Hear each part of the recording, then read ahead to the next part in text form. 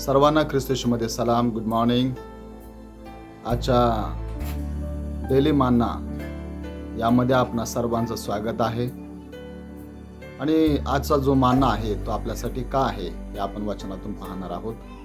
त्यासाठी आपण स्तोत्र संहिता याचा 37वा अध्याय 3 आणि 4 वचन आपण पाहूया.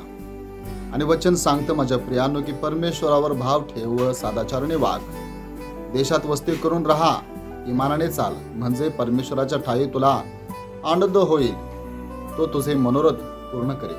बघा, आपण ज्या काही कल्पना करतो, ज्या काही योजना करतो, ज्या गोष्टीसाठी आपली धडपड असते, त्या जर आपल्याला पूर्ण व्हाव्या अशी आपली इच्छा असेल माझ्या प्रियांनो, तर सर्वात प्रथम आमचा जो विश्वास आहे, जो आमचा भरोसा आहे, तो परमेश्वरावर अवलंबून असला पाहिजे. आम्ही परमेश्वरावर भरोसा ठेवला पाहिजे, सदाचरण आम्ही वागलं पाहिजे, आणि आम्ही ज्या ठिकाणी राहतो त्या ठिकाणी आम्ही इमानानं चाललं पाहिजे. आमच्यामध्ये तो प्रामाणिकपणा, तो इमानीपणा असणं गरजेचं आहे. त्याद्वारे मग परमेश्वर आपल्याला आशीर्वादित करेल, परमेश्वराच्या ठाया आपल्याला आनंद होईल, आपण आनंदी राहू, आपल्यामध्ये कधीही दुःख असणार नाही माझ्या.